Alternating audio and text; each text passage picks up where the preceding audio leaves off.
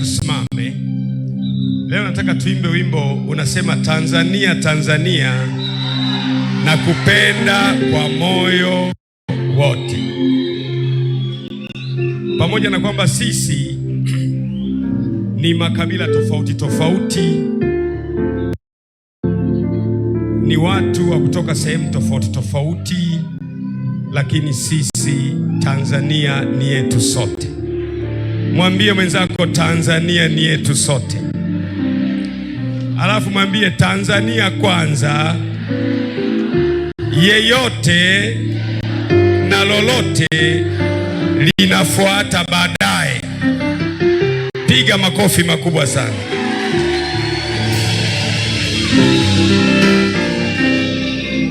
Naona leo mmefurika sana.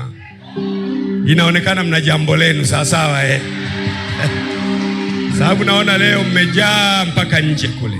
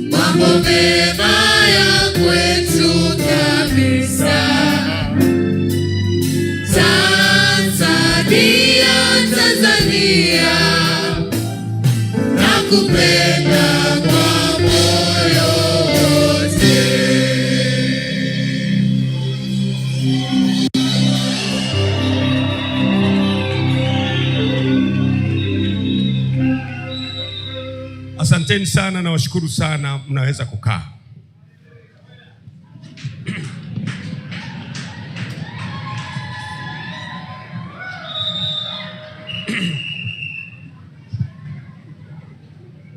Ndugu zangu, leo tuko online ibada hii na makanisa yetu 2141. Kusema kweli mengine sio makanisa ya ufufuo na uzima, lakini makanisa ya watu wanaompenda Mungu na wanaopenda Tanzania. Naomba mnisikize kidogo.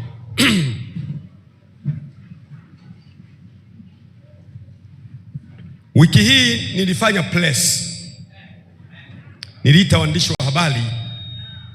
Nitaka kuzungumza nao kwa habari ya utekaji, kupotea kwa watu katika nchi yetu ambako kumezidi sana.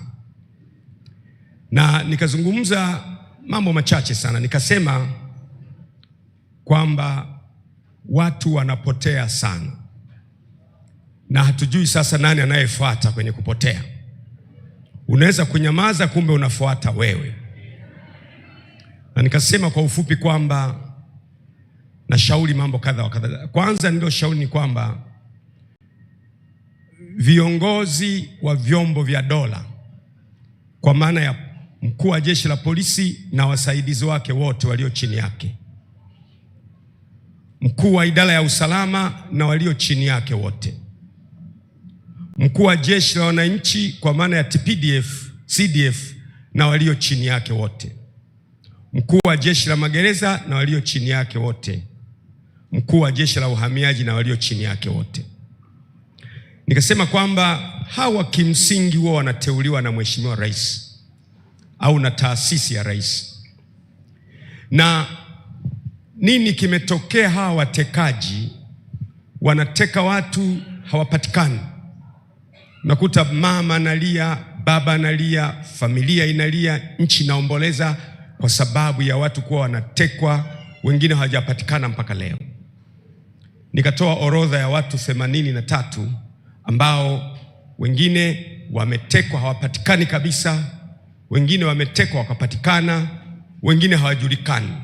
Kwa kati ya hao kuna watu ambao wametekwa hawapatikani, na kati ya hao kuna missing persons ambao hawajulikani wamekwenda wapi. Na mpaka juzi tarehe 28, Shehe wa Zanzibar, baada ya kuwa nimetoa tamko hili, Shehe wa Zanzibar, Shehe Jabil Haidar Jabil Al-Fasi, kuamkia tarehe 28 mwezi huu wa 5, juzi tu niliposema, alichukuliwa nyumbani kwake Fuoni majira ya jioni, na maiti ikaja kuokotwa njiani, njia ya Kizimbani ya Kinumoshi, eneo la Bumbwi Sud. Huyu Shehe Jabil ni muumini wa msikiti wa Ijumaa wa Marindi, naye ameondoka. Lakini tarehe 23 Machi ameondoka pia mjumbe wa halmashauri kuu ya CCM kule Mwanza, naye ameondoka tarehe 23 Machi, hajapatikana mpaka leo. Kwa hiyo watekaji wanateka mwana CCM, wanateka kiongozi wa dini, wanateka mwananchi wa kawaida. Juzi tu mmeona kiongozi wetu Padri Father na Padri Kitima, ambaye pia ni katibu wetu wa teki, alivamiwa na watu, akapigwa, akaumizwa, na wale watu walikuwa na nia ya kumuua kabisa, akasurvive. Katekista wetu mwingine kule naye kavamiwa, naye kapigwa, kaburuzwa. Muda usingetosha kuleta mtu mmoja anaitwa Mdude kule Mbeya, watu wameingia nyumbani kwake, wamevunja mlango, wamemburuta, wameondoka naye, hajapatikana mpaka leo. Kwa hiyo watekaji wanateka mwana CCM, wanateka kiongozi wa dini. Unapochukua shehe, unamchukua nyumbani kwake, anakwenda anaokotwa, ameuawa. Hatujui nani atakayeuawa baadaye.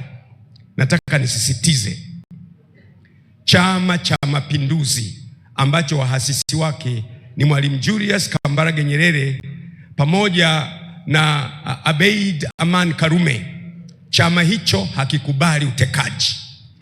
Hakikubali utekaji. Narudia tena, chama hicho, Chama cha Mapinduzi, hakikubali utekaji.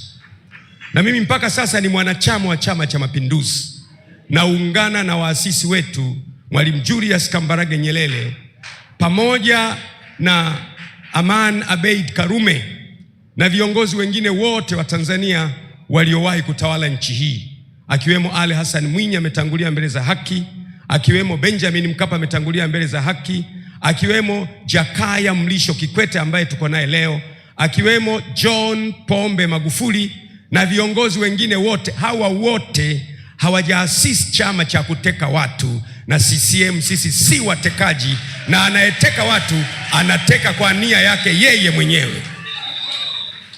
Mmenisikia ndugu zangu? Mpaka leo mimi ni mwanachama wa CCM ambaye hataki utekaji. Narudia tena, sitaki utekaji. Narudia tena, sitaki utekaji na watu kupotea kwenye mazingira ya kutatanisha. Sasa yeyote anayenipinga mimi, ninyi mtajua maana yake.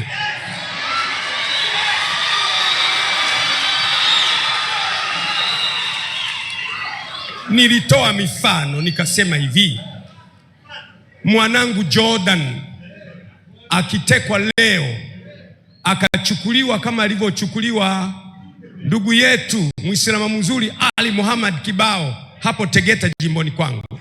Anachukuliwa, basi inasimama, anashushwa ndani na watu wanaondoka naye mchana, alafu kesho yake anaamkia ameokotwa kule Ununio jimboni kwangu kule, ameng'olewa macho na amekufa. Nikasema akifanywa hivyo mwanangu Jordan akachukuliwa na watu mchana akaenda kung'olewa macho, nitajisikiaje? Na nikasema akichukuliwa rafiki yangu ndugu yangu Abdul mtoto wa Mama Samia Suluhu Hassan mwenyekiti wangu wa Chama cha Mapinduzi, akachukuliwa yeye akaokotwa amekufa ameng'olewa macho, utajisikiaje? Na naongezea leo akichukuliwa mtoto wa Jakaya Mlisho Kikwete akaenda akang'olewa macho, akaenda, natoa mfano, nawapa mifano, akaenda akaokotwa hana macho na amekufa, utajisikiaje?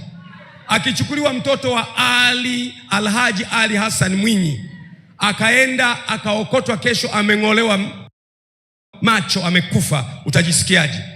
Hivyo hivyo mtoto wa Majaliwa,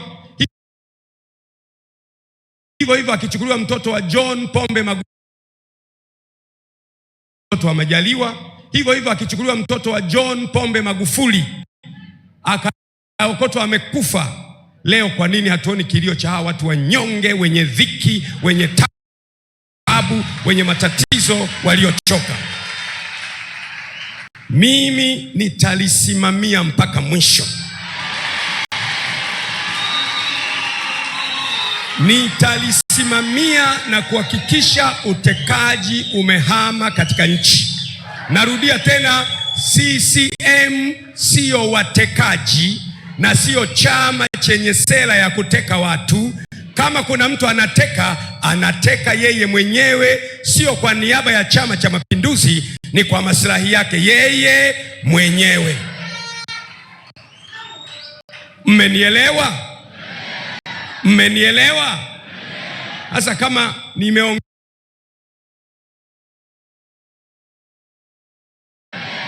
mmenielewa?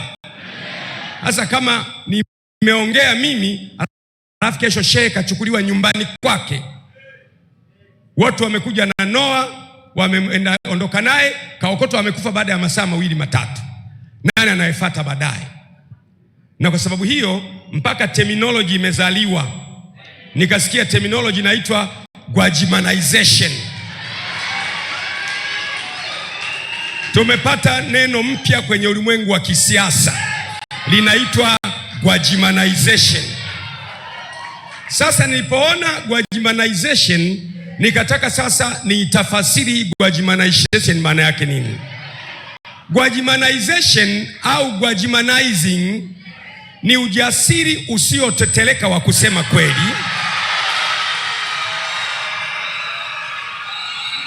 haijalishi ukweli huo ni mchungu au hawapendezi walioko madarakani. Ni dhamiri thabiti ya kutetea maslahi ya taifa kuliko maslahi binafsi, na kuinua sauti kwa uthubutu mkubwa bila kuyumba kiasi cha kusababisha ivume ndani ya himaya za mamlaka na kutikisa misingi ya ufisadi na dhuluma katika nchi. Na kama hii ndiyo maana ya Gwajimanization, basi naipokea kwa mikono ya shukrani, na ningependa kila mtu awe Gwajimanized.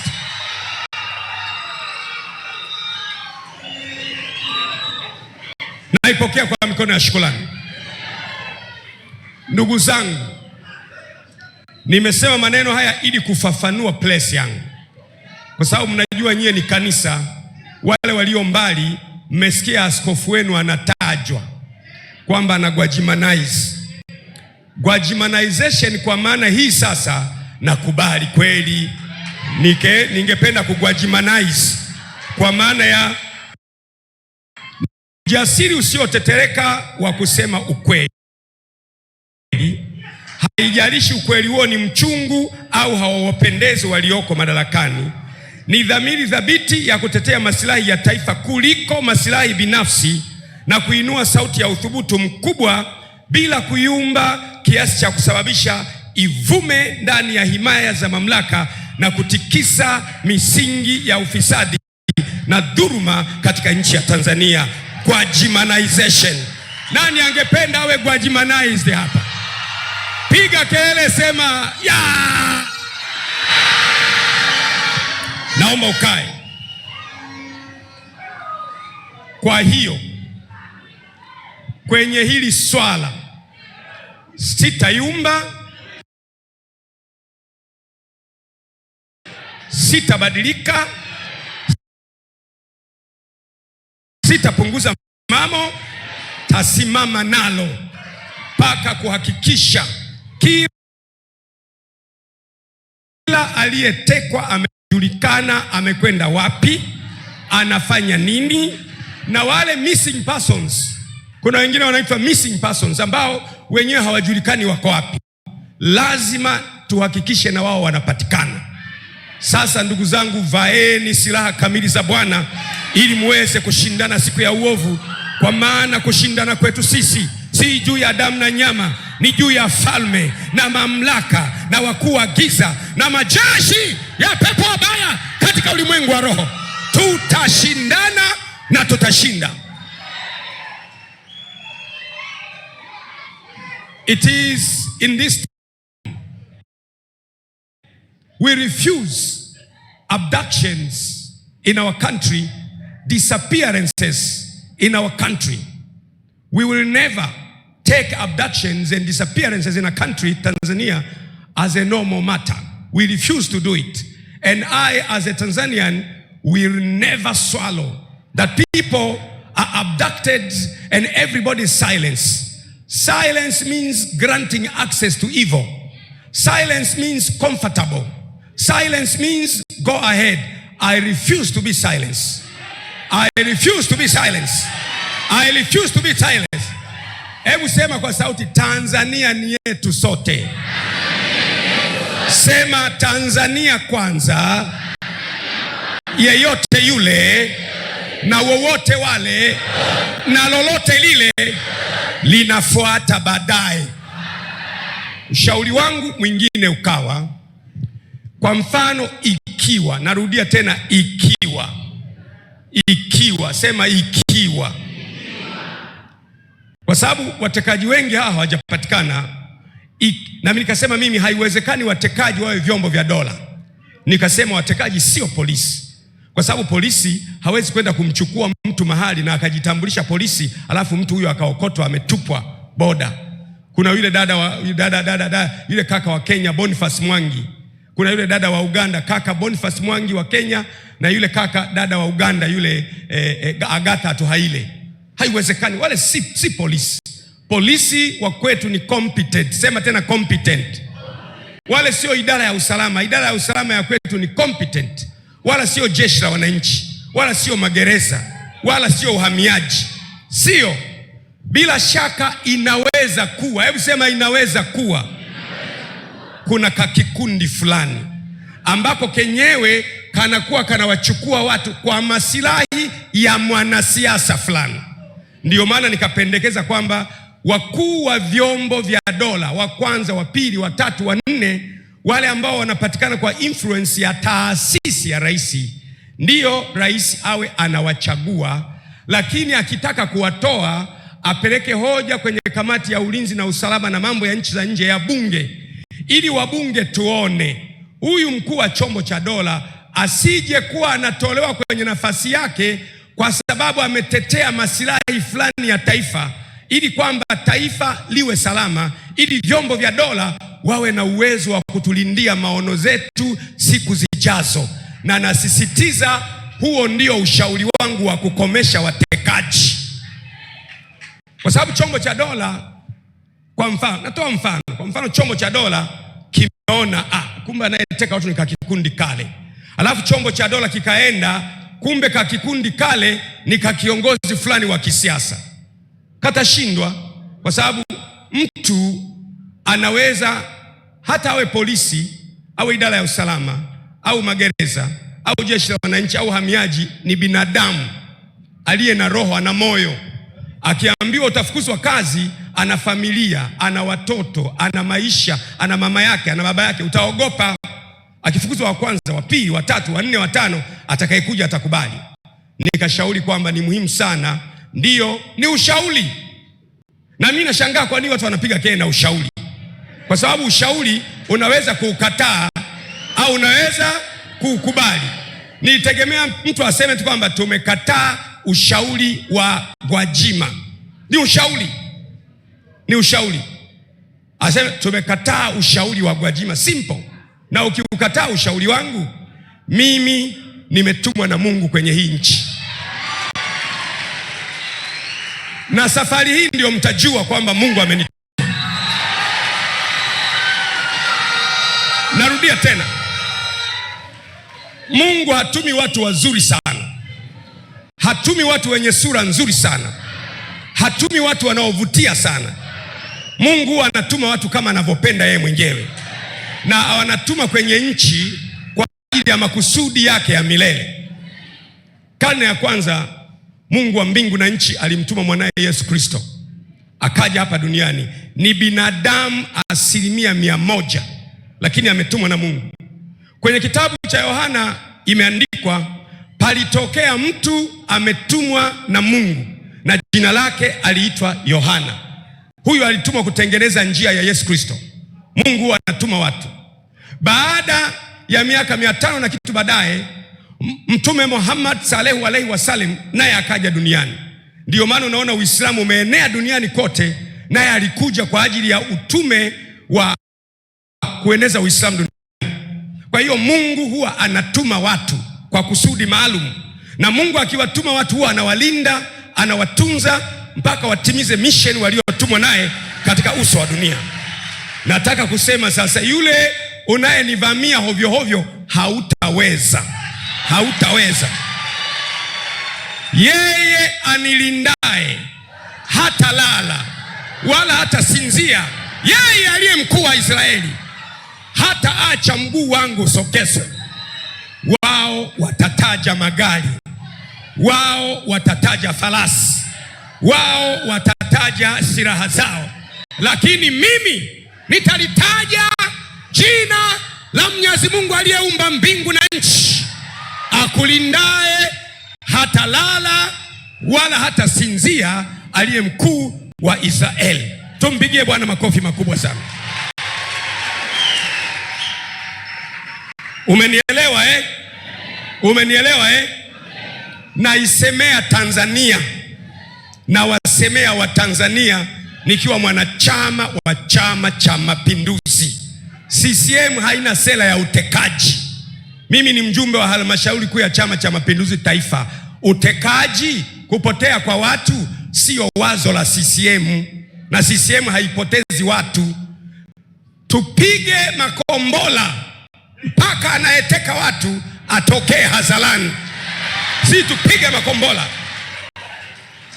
Na wana CCM, ndugu zangu, mnielewe. Napenda chama chetu, nitaendelea kukipenda, lakini utekaji na kupotea kwa watu kunaofanywa na vikundi visivyojulikana, hiyo ni leo, kesho kutwa na hata milele. Nitakataa kwa jina la Yesu. Naomba mkae. Nataka niishie hapo kwa maneno haya. Nimeyasema hayo kwa sababu sasa nimezungumzwa Tanzania nzima, na ni muhimu sana kama kiongozi wako kuzungumza Tanzania nzima. Na mimi ni mtu mwenye staha. Nimetengenezwa, nimeumbwa na staha. Nina heshima, siwezi kuaibisha mtu. Lakini sasa nitakapoita presi inayofuata, kama watekaji wananifuatafata, nitaanika vitu hewani, moshi utatoka, hautaweza kufumbua macho yako.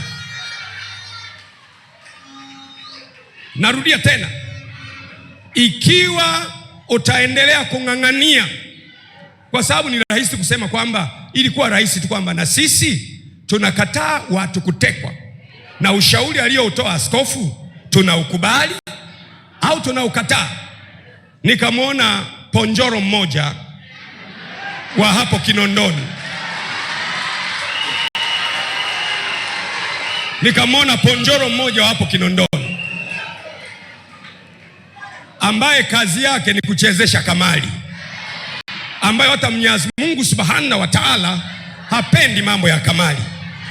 Na yeye eti anaongea anasema Gwajima anasema mtoto wa watu. Mimi nimetaja watoto wa wote.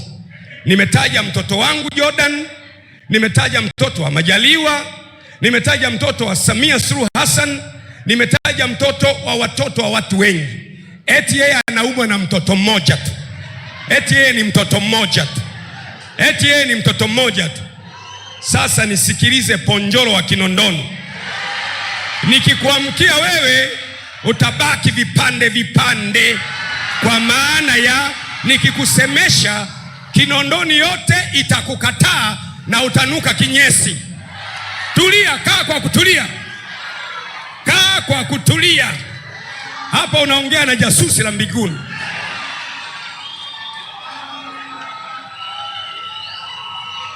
Kwa sababu mimi si nimekataa utekaji tu. Mimi nimesema Watanzania wasifanye nini? Wasitekwe. Basi. Na kama mtu asingenijibu mimi nisingesema haya. Mimi kwa kadiri unavyonichokoza ndivyo ambavyo jitu linaamka ndani yangu.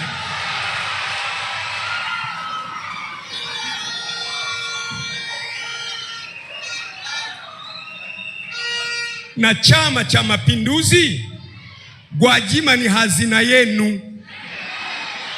Gwajima ni hazina yenu ya CCM. Mnaye mtu ambaye hamjamjua bado. Narudia tena, you have a person that you don't understand yet. Hamjamjua bado. Mtu mliye naye ni mtumishi wa Mungu wa wote, na anatakiwa afanye mapenzi ya Mungu kwa wote. Na saa imetimia. Naam, atukuzwe mwana wa Adamu. Tumpigie Yesu makofi makubwa kabisa.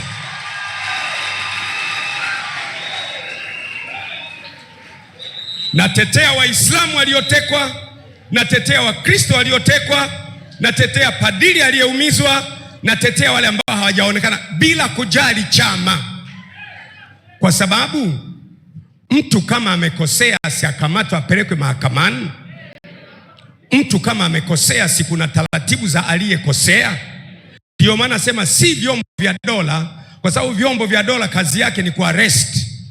Vyombo vya dola haviteki. Polisi hawateki. Idara ya usalama wa taifa hawateki. Jeshi la wananchi hawateki. Uhamiaji hawateki. Magereza hawateki. Bila shaka kunaweza kuwa, mwambie mwenzako kunaweza kuwa na kakikundi fulani ambako haka ndio nakatumia message kwamba kila silaha utakayofanya haitafanikiwa juu ya taifa la Tanzania katika jina la Yesu. Mtu aseme haleluya. Basi nimeshatuma ujumbe, naishia hapo. Lakini nasema mtu akinichokoa nitaita press hata mara 2 kwa wiki. Nasema press nitakayoita ya pili, kama ukiendelea kunichokoa nitasema vitu utatoka moshi, huwezi kufungua macho. Lakini sasa mimi ni mtu wa staha. Hebu sema staha. Siwezi kumwaibisha mtu, na ndio maana umeniona almost miaka 4 yote nimekuwa kimya, kwa sababu sikuwa na lengo la kumwaibisha mtu. Lakini napoona utekaji, watu wanapotea, na mimi nipo kwenye taifa langu, jambo hili haliwezi kukubalika hata mara moja. Tumpigie Bwana Yesu makofi.